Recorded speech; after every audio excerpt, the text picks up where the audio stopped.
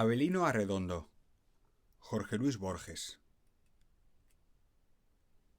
El hecho aconteció en Montevideo en 1897. Cada sábado los amigos ocupaban la misma mesa lateral en el Café del Globo, a la manera de los pobres decentes que saben que no pueden mostrar su casa o que rehúyen su ámbito. Eran todos montevideanos. Al principio les había costado amistarse con Arredondo, hombre de tierra adentro, que no se permitía confidencias ni hacía preguntas. Contaba poco más de 20 años.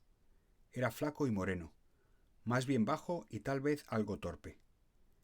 La cara habría sido casi anónima, si no la hubieran rescatado los ojos, a la vez dormidos y enérgicos. Dependiente de una mercería de la calle Buenos Aires, estudiaba derecho a ratos perdidos. Cuando los otros condenaban la guerra que asolaba el país y que, según era opinión general, el presidente prolongaba por razones indignas, Arredondo se quedaba callado. También se quedaba callado cuando se burlaban de él por tacaño. Poco después de la batalla de Cerros Blancos, Arredondo dijo a los compañeros que no lo verían por un tiempo, ya que tenía que irse a Mercedes. La noticia no inquietó a nadie. Alguien le dijo que tuviera cuidado con el cauchaje de Aparicio Saravia. Arredondo respondió con una sonrisa que no les tenía miedo a los blancos. El otro, que se había afiliado al partido, no dijo nada. Más le costó decirle adiós a Clara, su novia. Lo hizo casi con las mismas palabras. Le previno que no esperara cartas, porque estaría muy atareado. Clara, que no tenía costumbre de escribir, aceptó el agregado sin protestar. Los dos se querían mucho. Arredondo vivía en las afueras.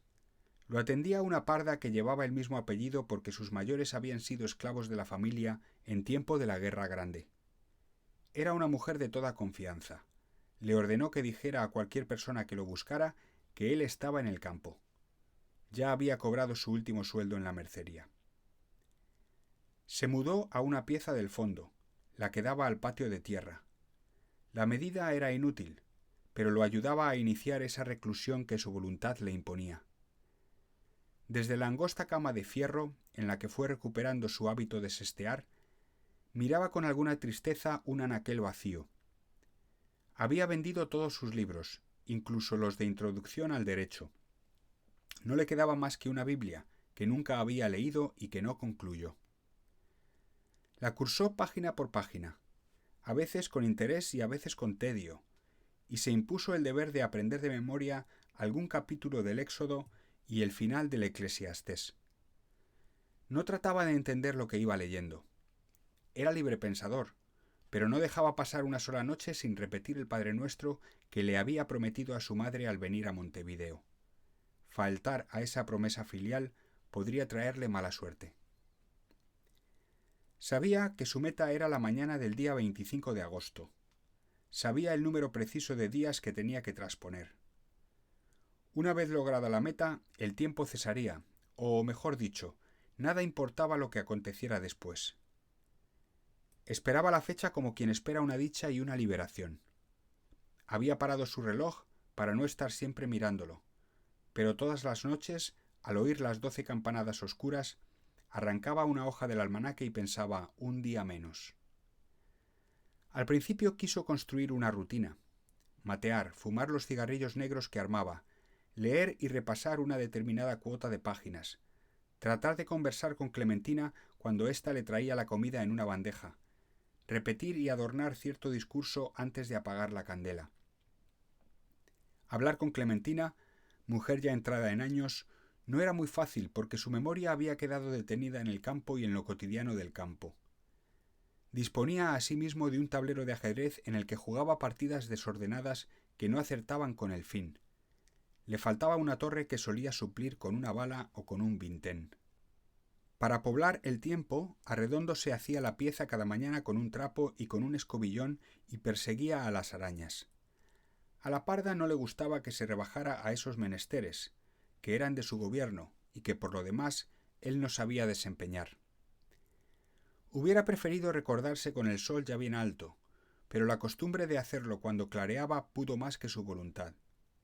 Extrañaba muchísimo a sus amigos y sabía sin amargura que éstos no lo extrañaban, dada su invencible reserva. Una tarde preguntó por él uno de ellos y lo despacharon desde el zaguán. La parda no lo conocía. Arredondo nunca supo quién era. Ávido lector de periódicos, le costó renunciar a esos museos de minucias efímeras. No era hombre de pensar ni de cavilar. Sus días y sus noches eran iguales, pero le pesaban más los domingos. A mediados de julio conjeturó que había cometido un error al parcelar el tiempo, que de cualquier modo nos lleva.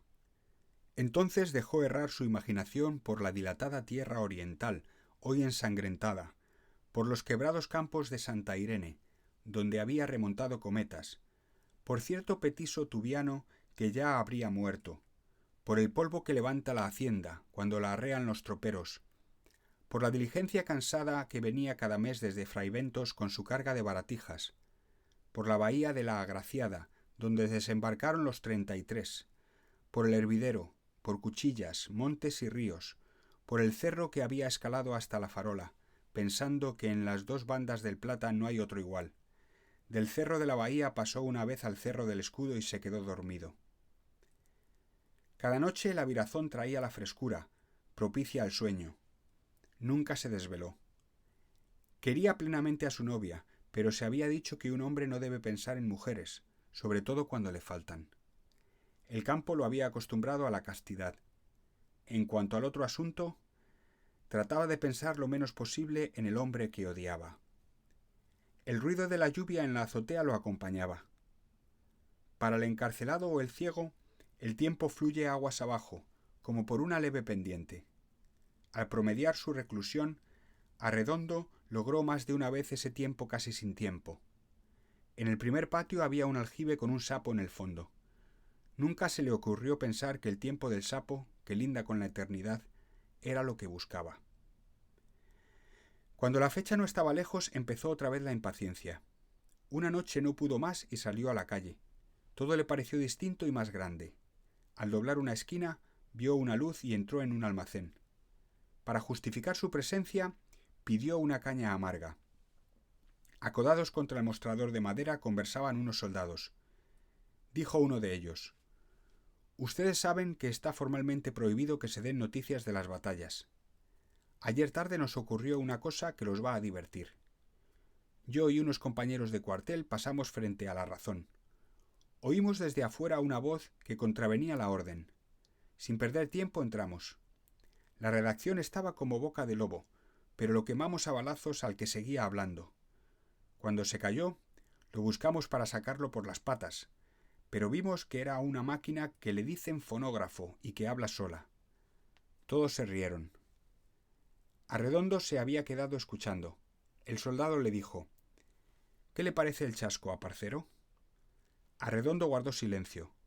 El del uniforme le acercó la cara y le dijo: «Grita enseguida: ¡Viva el presidente de la nación, Juan Iriarte Borda!». Arredondo no desobedeció. Entre aplausos burlones ganó la puerta.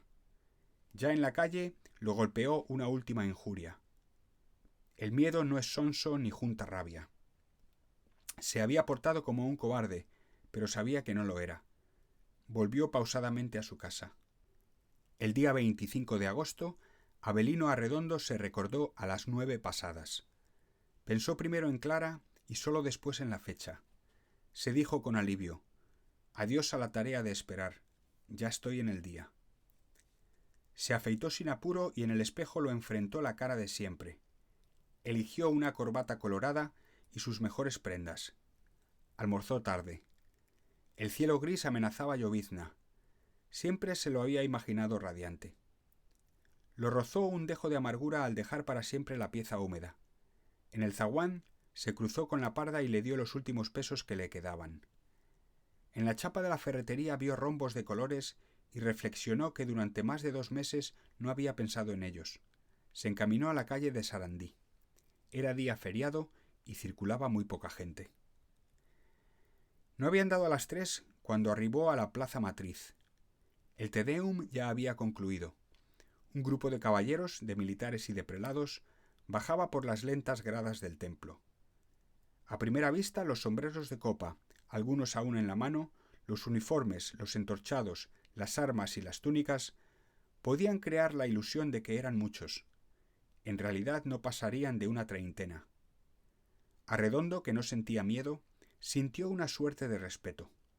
Preguntó cuál era el presidente. Le contestaron: ese que va al lado del arzobispo con la mitra y el báculo. Sacó el revólver e hizo fuego. Iriarte Borda dio unos pasos, cayó de bruces y dijo claramente: «Estoy muerto». Arredondo se entregó a las autoridades. Después declararía: «Soy colorado y lo digo con todo orgullo. He dado muerte al presidente, que traicionaba y mancillaba a nuestro partido. Rompí con los amigos y con la novia para no complicarlos. No miré diarios para que nadie pueda decir que me han incitado. Este acto de justicia me pertenece. Ahora que me juzguen». Así habrán ocurrido los hechos, aunque de un modo más complejo. Así puedo soñar que ocurrieron.